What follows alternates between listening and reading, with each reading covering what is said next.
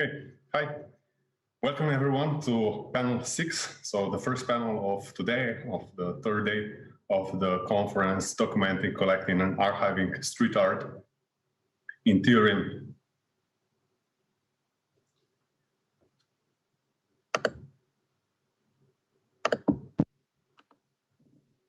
And the title of the panel is I Harvell Method Hit the Street. So we have 3 papers that will be presented in a span of 15 minutes. After each paper, the questions are more than welcome in the YouTube chat, and we can have a discussion. But I'm happy to introduce our first panelist, connecting from Ruiz. I'm welcoming Konstantinos Avramidis. I hope that I got that right. Basically, he'll present atlasing as a design method to reflect on the methods of collecting, drawing, and writing the graffiti, and the preservation also tackles on turning critical archiving, or how he calls it, atlasing, into sort of a creative practice countering graffiti potential of institutionalization and commodification, so topics that were already opened in the previous days of the conference. So without further overview, I'm giving the floor to Konstantinos, please. Yeah, thanks, Andy. It's a great pleasure being part of this inspiring group of academics and artists. Given the opportunity, I would like to give my huge congrats to the entire team there for organizing this festival, part of which is this conference. I wish I was in Ljiljana, of course, but hopefully next time. Give me a sec to share my screen. And I'll start in a sec. Okay. I hope you can see the full screen. Let me know if not. Right. Okay. So before starting, please allow me to disclose, if you like, my position. I act in a threefold manner in this research: as an architectural designer, as a graffiti writer myself, and as a writer on graffiti, or a graffiti scholar, if you like. This means that I'm both an insider and an outsider at the same time, or like I'm wearing 3 hats at once. Okay, this presentation addresses documentation and archiving through a reflective examination of a designed book object that focuses on Athenian graffiti and, by extension, architecture. This is part of my doctoral dissertation and is presented as an atlas of Athenian inscriptions, a book of drawings of writings and writings on drawings. Here, I focus primarily on the form rather than the content of the book. But before doing so, let me give you a very, very brief introduction to the overall project. The thesis studies the exchange between architecture and graffiti in 3 specific situations in Athens that reflect very important periods for the local context and are emblematic in that they are the epicenters of historical ruptures during which they are extensively graffitied. Right? So first one is the former Nazi detention center, which operates during the Axis occupation in the 40s. The Athens Polytechnic, that plays a pivotal role in the student uprising against the Greek military junta, so we're talking about the late 60s, early 70s, and the Bank of Greece, which is a site of recurring political expression in contemporary crisis.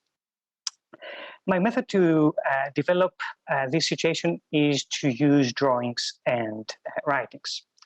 The drawings that you see on the top describe its situation and open up questions of graffiti. The writings further contextualize its situation while reflecting on the issues emerging from the drawings of the writings of the graffiti. The overall design of the atlas comes from the way graffiti is situated on architecture in the city, and in a sense transfers the serialization logic of graffiti on architecture to the pages of the drawings and the writings, transforming them, if you like, into maps. The overall study traverses a wide spectrum of scales, from the surface to the building to the urban landscape, And these scales corresponding to a series of different drawings, the writing's gestures, the physical text, and the urban context, respectively. The context drawings that you see on the left map and with connection between variety historical and geographic information. The text series of drawings explore the placement and by extension the speciality of graffiti, while the gesture drawings that you see on your right explore the material and graphic expression of a corresponding writing in a characteristic small portion of surface. I won't discuss context maps and gesture drawings further. I just want to show these to you to have a better understanding of the project and also emphasize that, as is the case with every architectural project, it is important to study graffiti in multiple scales. I'll focus on the physical texts series of drawings which are related to the situated nature of graffiti, namely the key characteristic I utilize to transfer in design terms the logic of graffiti into the atlas. So before discussing the drawings, I would like to talk about the text pages a bit. So we have the drawing pages and the text pages. But before talking about the text pages, I first have to introduce a drawing. So excuse me about that. Due to the importance of this drawing, I have two versions of it, a bound one and a detachable one, because it helps you navigate into the atlas. The Athenian writing landscape drawing, as I call it, maps the geographical density of graffiti writing in every historical period. This is indicated with lines of different colors on the faces of buildings, yellow for the occupation, orange for the dictatorship, and magenta for the contemporary crisis. The drawing is divided according to a rectangular grid, which I hope you can see, or barely see at least. And this also introduces a new geographical coding. And this code allows the serialization and localization of graffiti imagery to the drawing and the city it represents. The text pages are divided into columns, if you like. The text sits on the right column, while the corresponding images and reference occupy the left column, and are all indexed with lines following the color coding that I mentioned earlier. Shapes of the key buildings are placed at the bottom corner of the pages and are activated accordingly to facilitate the navigation of the atlas. Every time the reader enters a section of a situation, encounters on the left column a version of the Athenian graffiti landscape drawing that I mentioned earlier, with only the appropriate layers switched on. So the images of the subsequent pages take up the space which was occupied by the map. This way, the left column becomes the conceptual space of the city, and the right, the physical space of the text. So the conceptual space of the city and the physical space of the text talk to each other.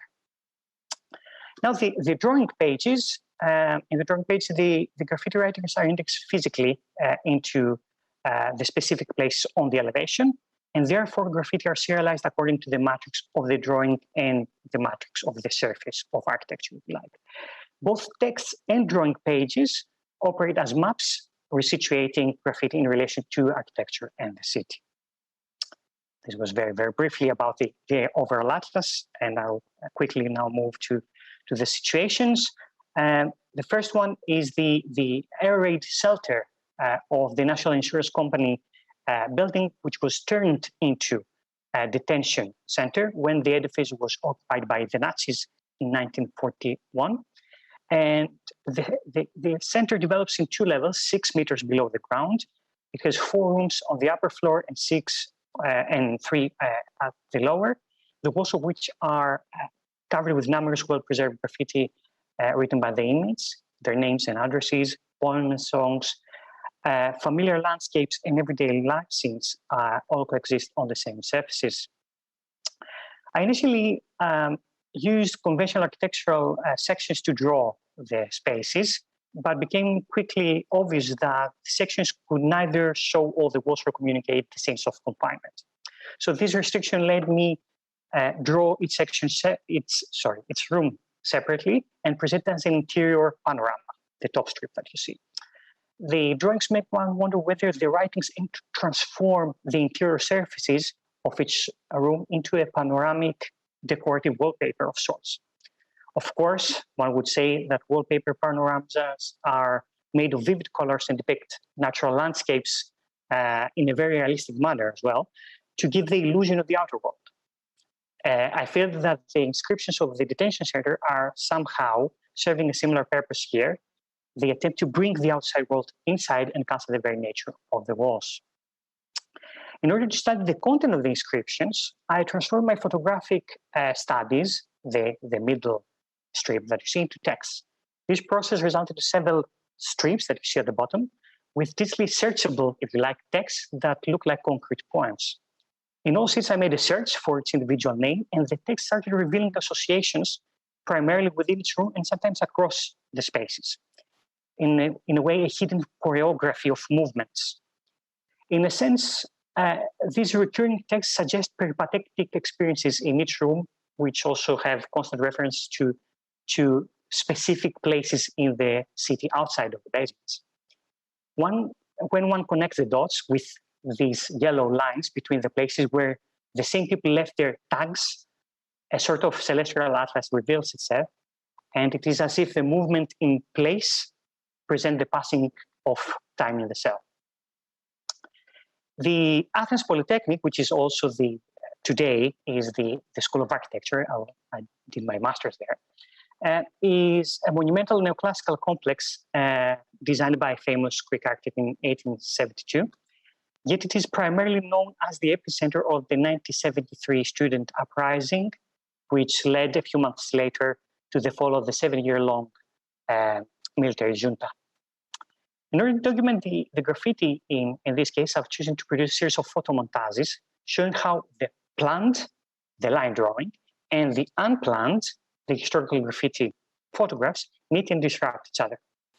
The base drawings are from a particular historical moment, which might not be the original moment, but wishing to revive it. The writings here come from all 3 historical eras, but are not traced over. The graffiti photographs are placed directly to the line drawing. The vast majority of the marks are textual and are indexed at the bottom of the drawing following their spatial arrangement. The Polytechnic drawings disturb one's expectations because they convey a Beaux-Arts building in a non-Beaux-Arts way, given that Beaux-Arts drawings are expected to be realistic. These drawings appear incomplete because they only partially covered with fragments of diverse past realities. As much as graffiti poses a threat to the clinical environment of the junta, so do the graffiti photographs to the clean and ordered architectural environment of the drawing. Graffiti infused contingency and action into the seemingly immobile and inactive line drawing.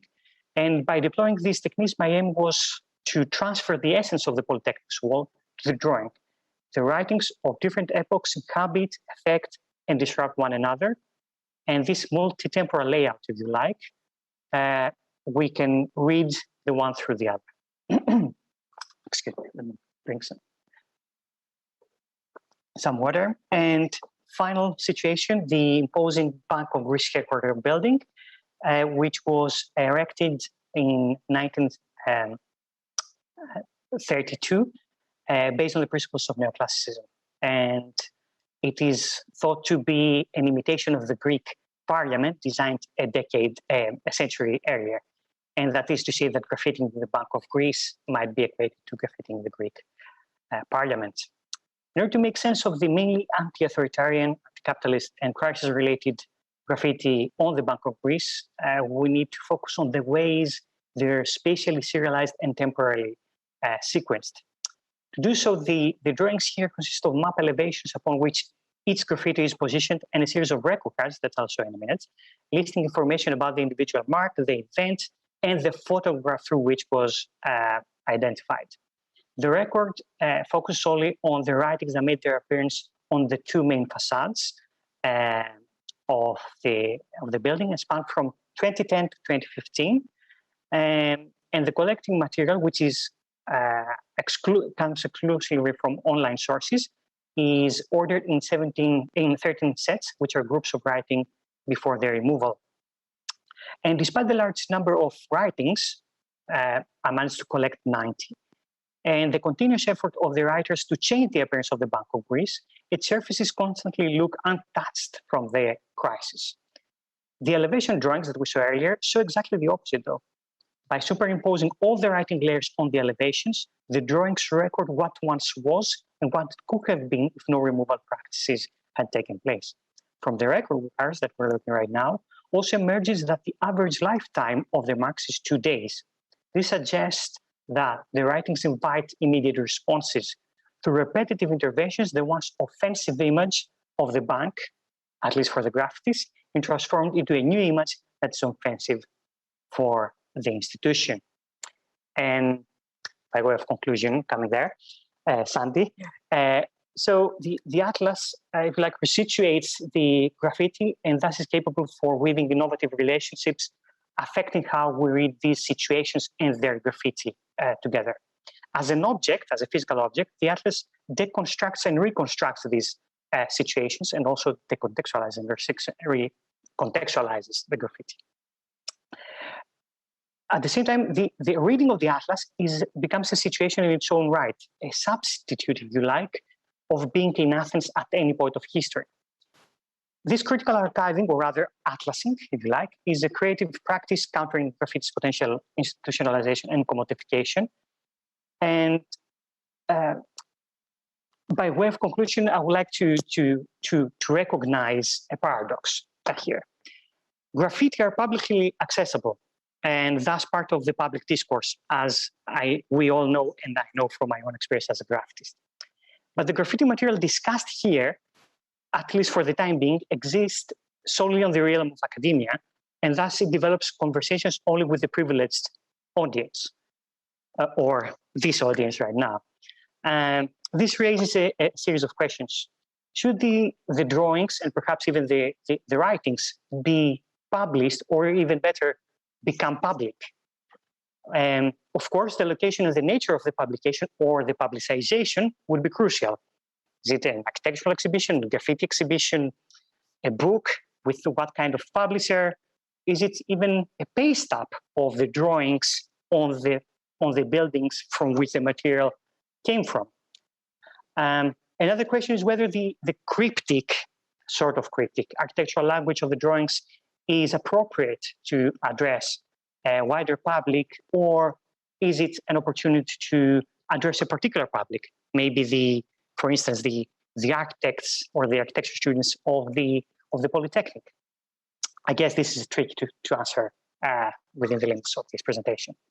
Yet, the goal here is to salvage graffiti from oblivion, whilst transferring the transgressive nature of graffiti from the city to the drawings. By capturing the dynamic and ephemeral nature of graffiti, the drawing demonstrates the non-static and constantly in the making character of architecture.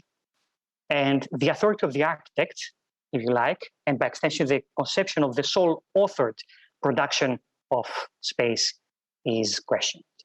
That's pretty much all from me, and thank you very much for your attention.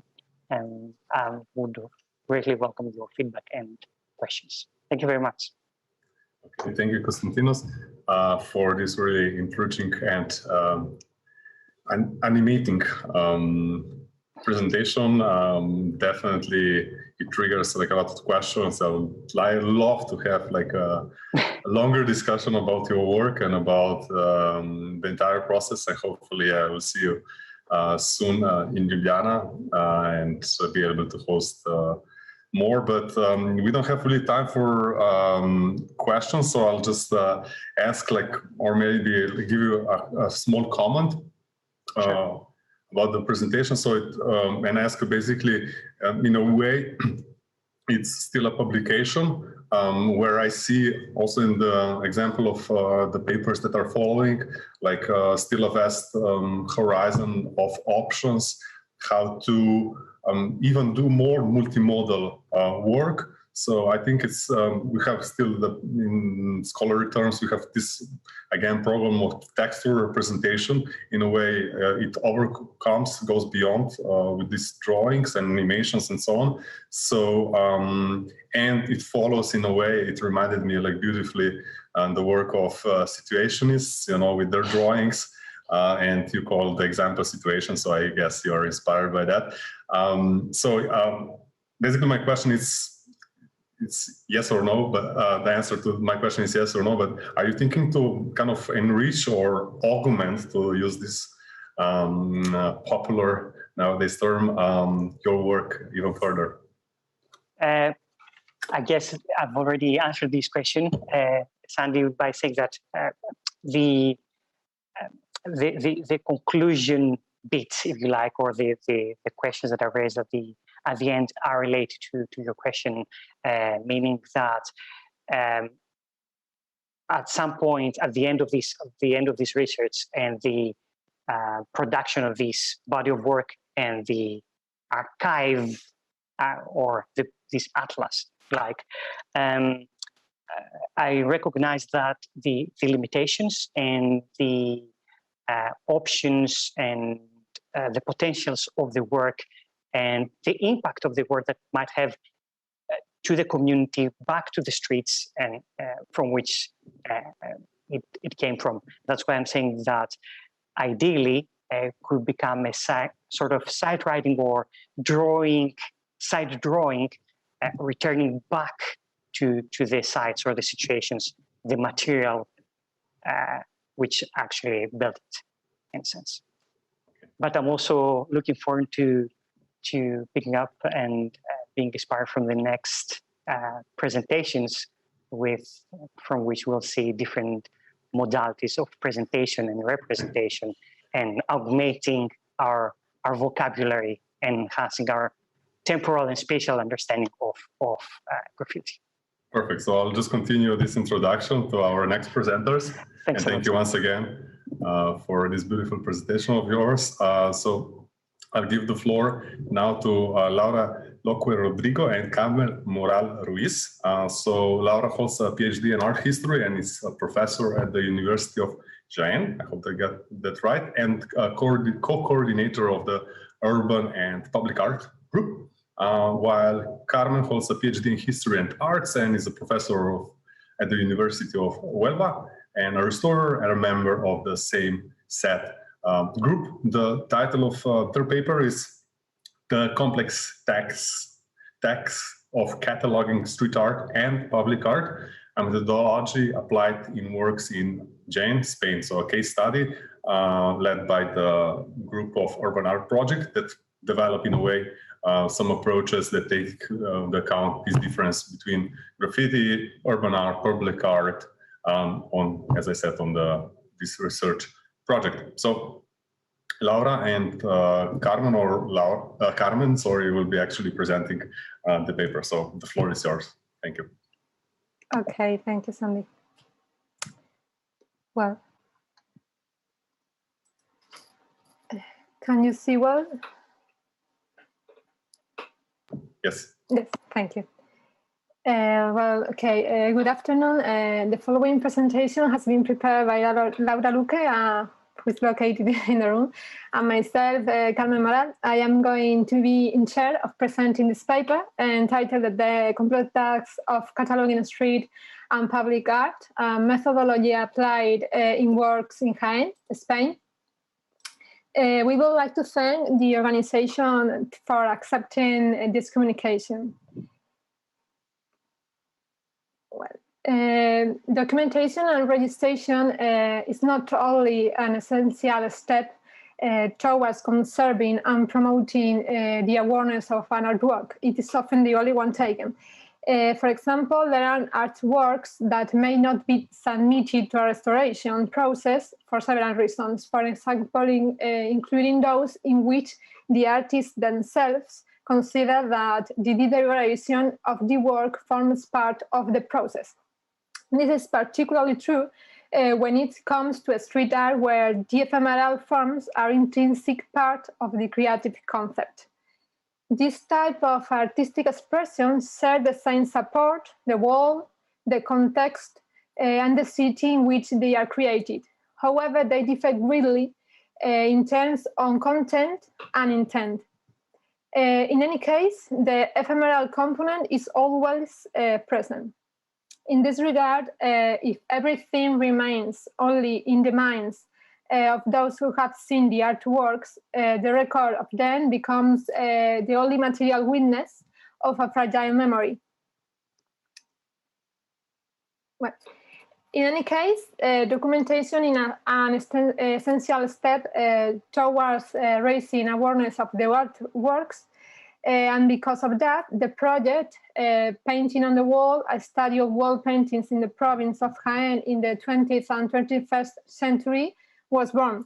The project was financed by the Institute of Jaénense Studies, provincial government of Jaén, and developed between December 2020 and October 2021, with the idea of cataloging both commissioned and independent street artwork in the province of Jaén, Spain, as well as cultivating an understanding on how graffiti has evolved in this area.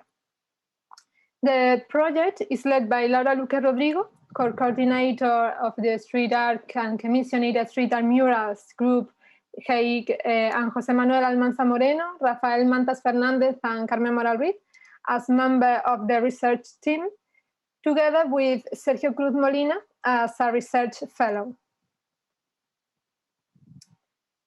Well, the main objectives of the project are, firstly, to catalog pictorial artworks on walls in the province from the 20th and 21st century through bibliographical newspaper and archival sources, as well as fieldwork and interviews with living artists. Secondly, to analyze the conservation status of mural artwork, proposing preventative conservation or intervention measure for those artworks considered to be in poor condition or in danger of disappearing, and which, because of their significance, because their significance, would be more likely to last longer. Thirdly, to disseminate the research findings at an academic level and raise awareness of the importance of this artistic expression among the general public. And finally, to create a modus operandi and a typology of cataloging cards that could be extrapolated to the other context.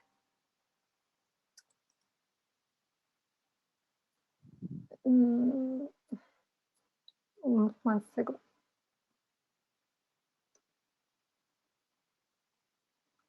Okay. The author Berti published Graffiti Pioneer in Spain, in which it takes us on a journey through the origins of graffiti writing in Spain and the main areas in which it was developed.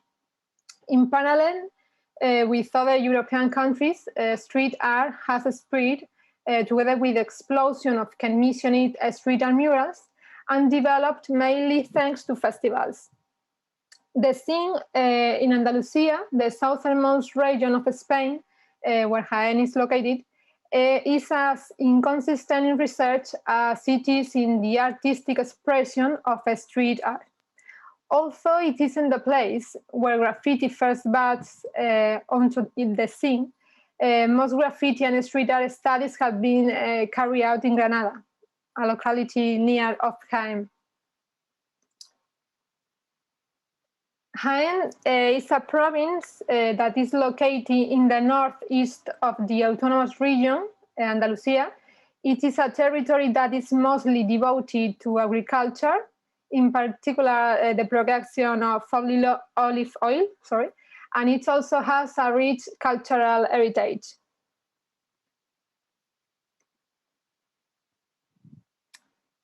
Well, in any case, over the past 2 decades in Jaén, the town Linares has taken the lead in terms of the creation of graffiti, street art and commissioned street art murals. This is particularly thanks to figures like Belling and other artists that have since started appearing, such as Mirwan and Anikat, among others.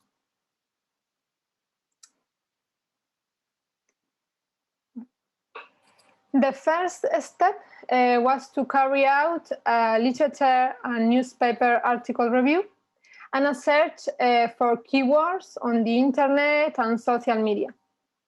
Afterwards, field research was conducted by studying the artworks in situ and interviewing artists.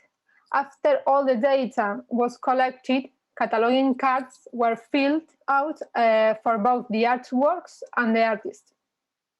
Finally, steps are currently being taken to raise awareness amongst academic and the general public. In order to carry out the fieldwork, we first made a selection of the town in which we were going to implement this method of working.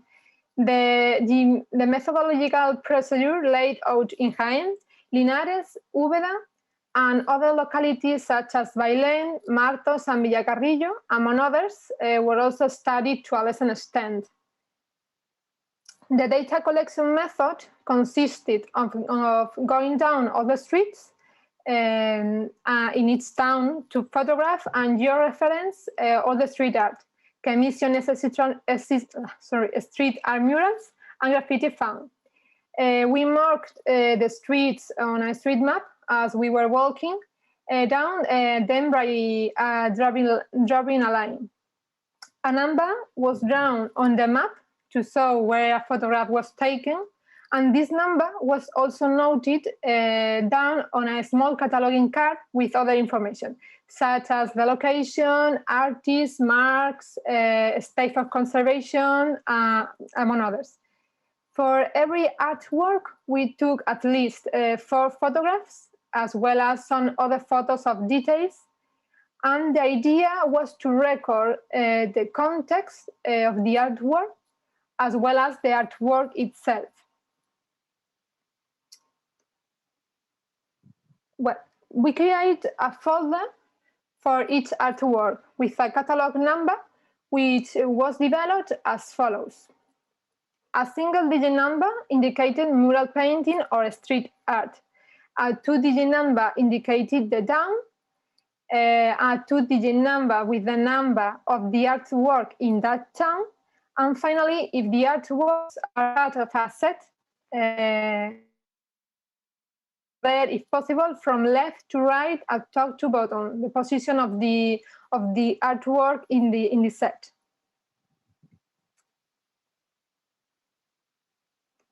Okay. This project is based on a card that was prepared by Maria Isabel Úbeda García, a member of the street art group, and published in G Conservación. A long list of areas are covered in this card based on criteria such as technical and formal details, ownership, location, description, criteria based on artistic observation like iconography, etc. To be as subjective as possible, some areas had to be left open, whilst others required the use of thesaurus for sections like technique, orientation, etc. And finally, graphic documentation, bibliography, and other documentation like that. As previously mentioned, the interview with the artists became fundamental. The means used to contact them was mostly via social media. The basic interview was as follows: compile bibliographic information, date and place of birth, place of training, etc. A specific question about street art. What artworks and what type of street art do they have in the province, when and where each one was made, something like that. Questions such as whether you want your work to be preserved, for example. Other question concerning the musealization of a street art, if they come up with a commissioned artwork in the same way as they will a spontaneous artwork in terms of meaning or stages, question related of this kind of things. And this information serves for 2 types of information sheets: artwork and also artist sheets. In total, as part of this project, more than 100 street art information sheets were made in Jaén, the capital city, another 100 in Linares, plus a smaller number in Bailén, Úbeda, and other towns. In addition, an analysis of the graffiti and advertising murals were carried out, and 2,000 artist information sheets have been made, most of whom were also interviewed. This enabled us to find out which neighborhood hosts the walls of fame in each town, which graffiti writers are more prevalent, and how neighborhoods are distributed,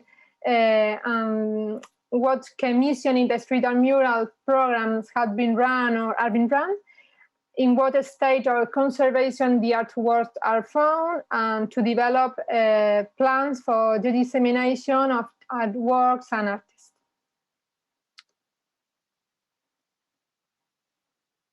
Well, we conclude that the data collection method used is only valid for small cities, because the complex stacks of the number of the artworks. And furthermore, there is a call for the creation of a digital platform where information regarding this project could be uploaded and therefore made available to the general public in an efficient, orderly, and comprehensive fashion. Finally, we believe that it will be pertinent to further complement the information sheet by collecting the opinions of the communities. For example, in order to understand if they identify with these artworks or not, or to analyze gentrification issues, and among other topics. It's all. Thank you very much for your attention. Okay, thank you, Carmen, for this presentation and allow for her contribution. Really a systematic project that you are doing.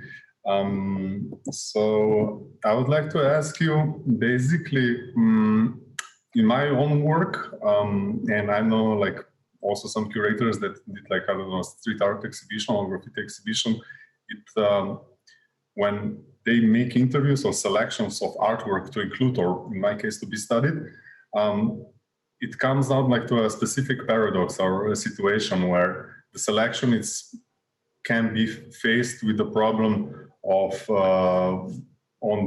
basically on the subcultural capital of each graffiti artist. So meaning that he or she doesn't give you the contact, or does, based on whether or not they have certain relation of, so it's also very hierarchical subculture and so on, where, I don't know, like the newbies, the newcomers are not given so much focus and so on. So there are basically, what I want to say, there are a lot of gatekeepers even within the subculture itself, but you seem to include like artworks at random, or it's how do you select those artworks that are included in the projects in each city? Basically just on walking, or you're based on interviews, or how do you do that?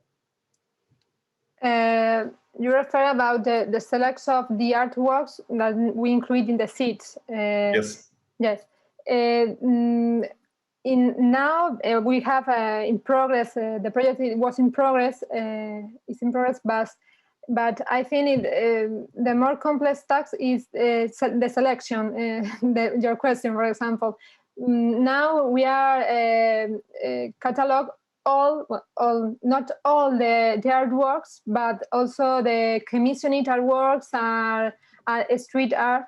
But maybe the graffiti, the term of graffiti that spontaneous, only we take photographs and not have a complete sheet for this kind of expression, because there are a lot of this kind, and maybe it's impossible to catalog all, and maybe it don't have sense. We select the commissioned art murals and the street art in this sense. We don't have attempts for selection one to another, because we try to catalog all the murals. But for that we said in the conclusion that it's a complex selection for a big city, because Jaén is a so small city, and because of that we can archive all the murals, but it's not possible maybe our type of selection of murals in other cities, big cities, for example. Because of that, we don't have a selection. Instead, we try to select all the artworks. Perfect. I don't know if I yeah, definitely. All right, thank you for the answer. I wish you all the best with the further steps in the projects. Now I'd like to turn the floor to our last panelist, Ljiljana Radosević. Hi. Ljiljana is a PhD candidate at the Department of Music, Art and Cultural Studies at the University of Jyväskylä in Finland. Her paper is titled Urban Heritage Hub Case Study, New Life of Street Art in VR, Virtual Reality. So basically, she will speak about a project that aims at preserving and digitalizing archives containing photographs and other relevant visual materials in Belgrade, Serbia. And the project kind of contains 3 segments. So digital archive, VR walls, and VR exhibitions. But more on that will be presented by Ljiljana. So Ljiljana, it's my honor to give you the floor, please. Thank you, Sandy, and thank you all of you who are here at this presentation. So as Sandy mentioned, I am a PhD student and working on this topic, but I've been working on it for the last 20 years. I'm actually art historian, and it started as a project for my MA thesis in art history. And since I have such a huge archive, 20 or more years, I actually tried to find a way to preserve and to actually show off everything that I have. And then I met a colleague of mine, Aleksandar Đorđević, and now we are working together at Street Art Belgrade NGO. He's a photographer, and he's been working documenting street art and graffiti in Belgrade for the last 10 or more years. And we realized that if we really want to present all of the photos that we have and all the materials that we have, we definitely need to do it digitally. But the formats that we had so far, like in social networks and in internet sites, didn't really work out for us, because you don't really get enough information. If anybody wants to go deeper, or if street art and graffiti lovers want to get more information, then we realized something had to be changed. So we came up with an idea of Urban Heritage Hub, which would be an institution that would be without building, actually, because even in 1980s it was very obvious that museums and galleries, such as they were not really sustainable in the future, because you can't really collect constantly everything and anything and keep thinking that it would be possible to physically collect it in one space. But digital space is actually more open, and from our perspective we thought it would be actually the best way to preserve what we have, because we really wanted to move from this idea of the museums of having artworks to being an institution that gives. And we are actually dealing with documentation and preservation of this urban heritage. This is how we see graffiti and street art. It might not be our heritage at the moment, but it will definitely be heritage of our children and grandchildren. So we try to preserve as best as we can and give the most information that we can for these artworks that we document. And we also focus on artworks done without permission, permission, opposed to ones that are slightly commodified or done with permission, because we think this is actually the best way to show off how the local street art and graffiti scene function. So we also have 3 segments, as Sandy already mentioned. We have an archive, we have 3D scanned walls, and we have a virtual exhibition that actually you take materials for the exhibitions from these previous 2 segments that I mentioned. At the moment, Urban Heritage Hub as a separate institution does not really exist, but we do have an archive and we do have 3D walls and we do have a virtual exhibition, and I will link it after the lecture in YouTube. So you will be able to see it.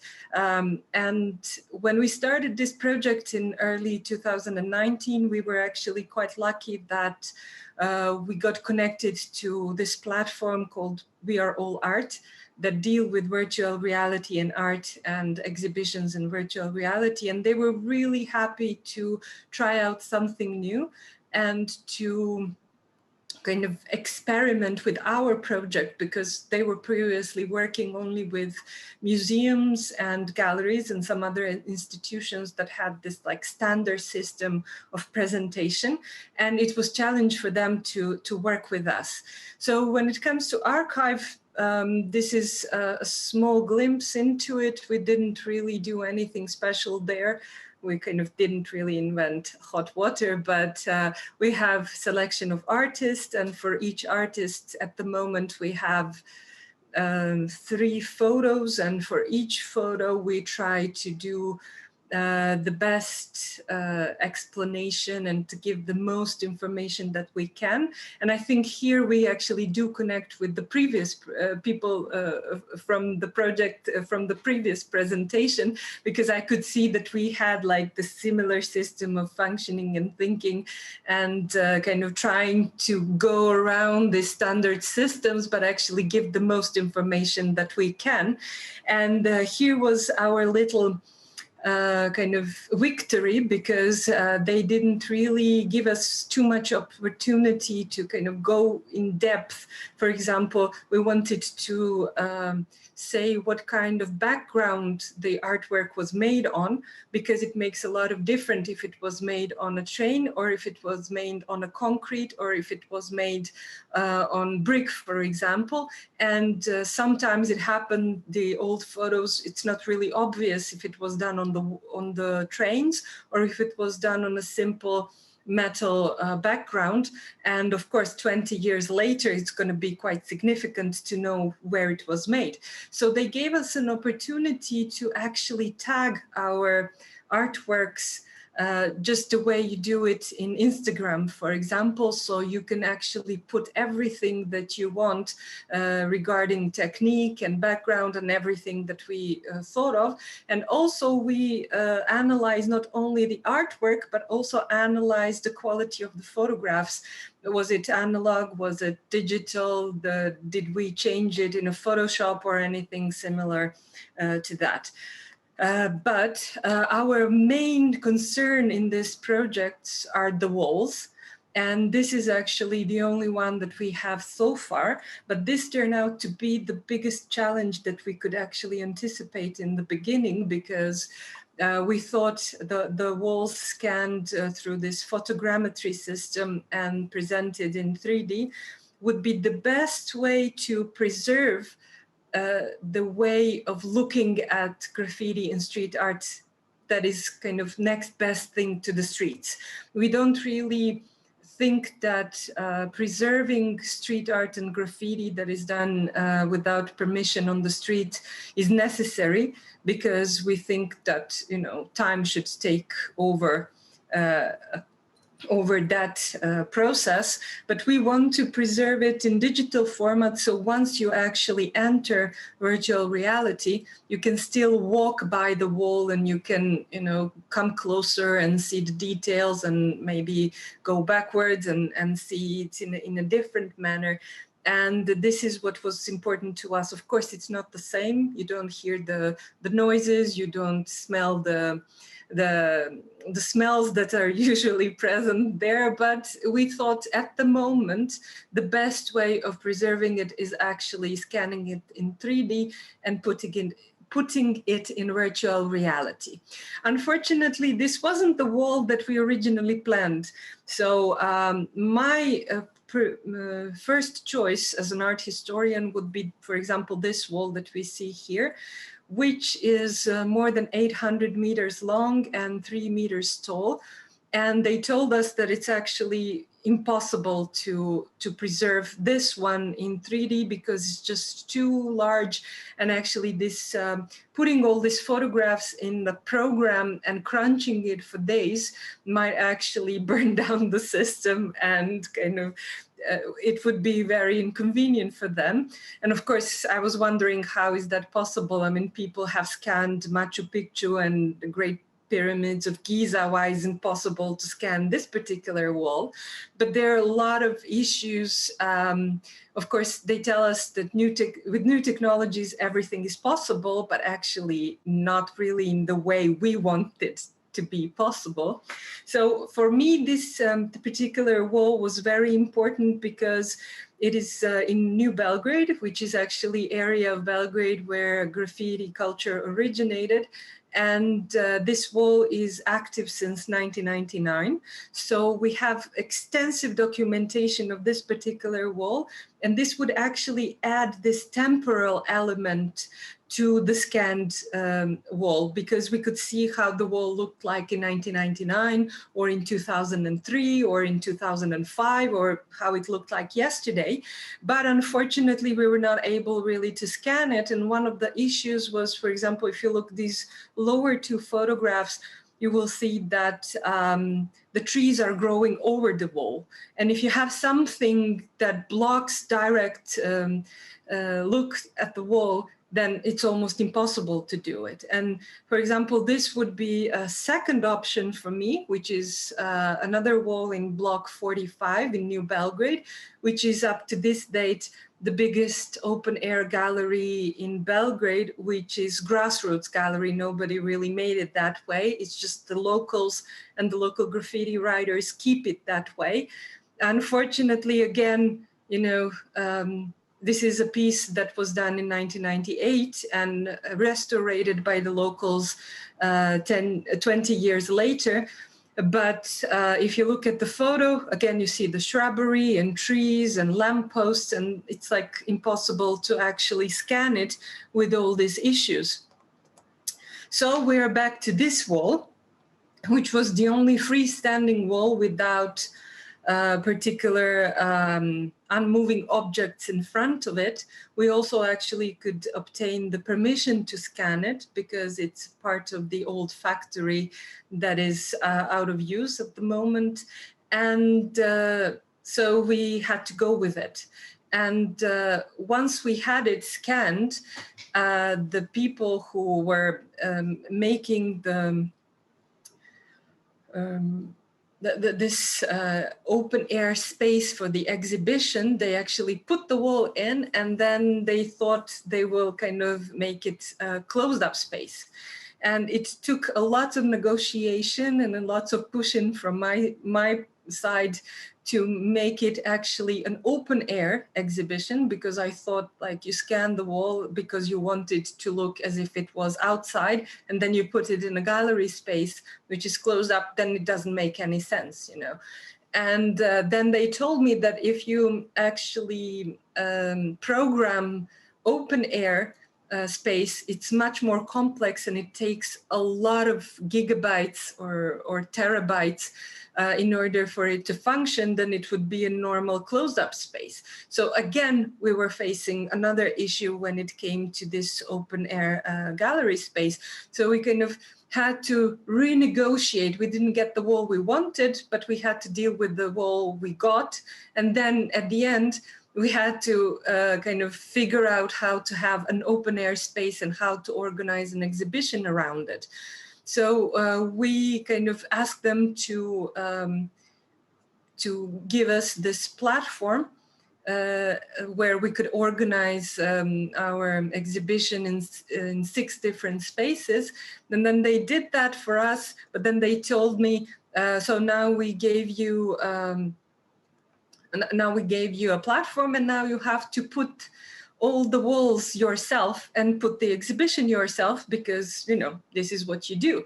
And being an art historian who normally worked in museum spaces and galleries that were real life and real time, it was very hard for me to kind of go into and educate myself how to build the walls, you know, because I'm not an architect, and I never worked in these architectural programs that actually give you this possibility. So it kind of really changed my opinion of what a curator, an art historian in virtual reality could be. So it kind of really put me in a position where I had to learn a lot of things, and kind of really had to push my boundaries and how to figure out the things and how they function. And then at the end, some people told me, well, you know, this exhibition actually looks like a video game from 1980s. And I do understand that it does look like that, especially when you take a net view of the exhibition. But if you go into, really, if you have a headset and if you go into virtual reality, it does give you a completely different sense of understanding these photographs and the context we tried to put it in. But putting aside the fact that it actually looks like a 1980s video game, it brings a lot of issues that I realized we are having now that we try these things. So one of them is the role of a curator in virtual reality, especially if you are dealing with such a complex topics like graffiti and street art. And then also it made me think, like, if this is a possibility for new curatorial practice for the students. So once they finish art history, they would actually have a good practices and know how to go into these things. Of course, then again, we have issue of funding, because everything we wanted to do could be possible if we have money to pay for people to develop new systems and new technologies and to program new things according to our needs. And again, a matter of new technologies. The biggest issue we were facing here was, for example, the issue of early digital photographs from early 2000s, which were really bad. And if you put those in virtual reality, you have only pixelization and nothing else. So this actually puts me in a big problem, because I can't really work with extensive archives that I have to use only the photos that are in good resolutions. And I will leave this discussion here. As I said, I will put link for our exhibition in YouTube, so you can later on see it if you have, if you are curious enough. Okay, perfect. Thank you. Congratulations on the presentation and the project that you are leading. Maybe this time I'll leave the floor open for questions, but question from panelists, if you do have any. Laura, Konstantinos, Carmen, any questions for Ljiljana? Well, I actually have lots of questions for Carmen and Laura, because, as I said, we had similar issues, but maybe the biggest issue is actually a terminology. So what is graffiti? What is street art? Most of the people also don't understand that stencils are actually a technique, not really a street art. So how did you deal with that, and how maybe, what was your solution for this terminology issue? Yes, well, it's a big problem, like you said. But, well, we are part of the J group of here in Spain, and we have a definition of this kind of street art, commissioning art mural and graffiti, and maybe we have not for example, in graffiti is more related to the material and the kind of it's spontaneous, and the concept and the relation of with the context. And the other terminology, maybe it's so complex to speak here because we have an hour more left to speak about that. We have. I agree completely. Yes, it's complicated, but we can speak a lot maybe with email, but it's similar to we talk about street art. With we don't have the similar term to graffiti. It's not for us. It's not the same. Maybe Laura can write something in the chat for that. But commissioned street, the commissioned art murals are more about with institution, with I don't know. It's ordered by someone. Commissioned art murals, but not. It's the case, obviously, for graffiti. Maybe graffiti is more related with the technique, like spray or something, stencil, like the technique, but also that it's more related to the illegal, something more in Spain, for example. The graffiti have a little sense with the illegal, but not the commissioned art murals and also the street art.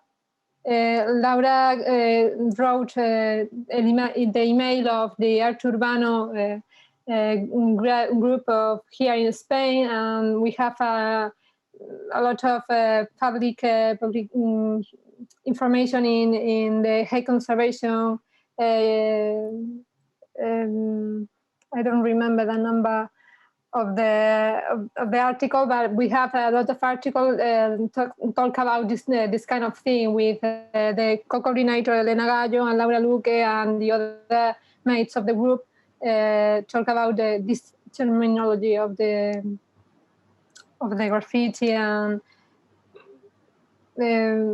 Laura talk about the difference between graffiti and from urban art and graffiti that is commissioned primarily by the target audience by its idiosincrasies. We can talk more about it because it's so interesting, but it's a complex question, I think. Okay. I need to make a small intervention. Unfortunately, I would love to hear more about this discussion and topic, but unfortunately, we ran out of time. Already Konstantinos posted something in the group chat, but I would ask him if he can repost that, copy-paste it in the YouTube channel so everybody can see the book and the monograph on this terminology. But as a way of conclusion, I would again thank all the panelists for your contributions, very interesting work. And I would like to invite our online and offline audience to our next panel, panel 7, starting 4:15. The panel is titled Street Art in the Art World, and we have the opportunity and honor to host Stefano Antonelli. The chair of this panel would be Good Guy Boris. And then we'll have a short coffee break, followed by a screening of the documentary The Man Who Stole Banksy by Marco Proserpio. That would be live here from Kino Šiška and won't be, unfortunately, streamed online.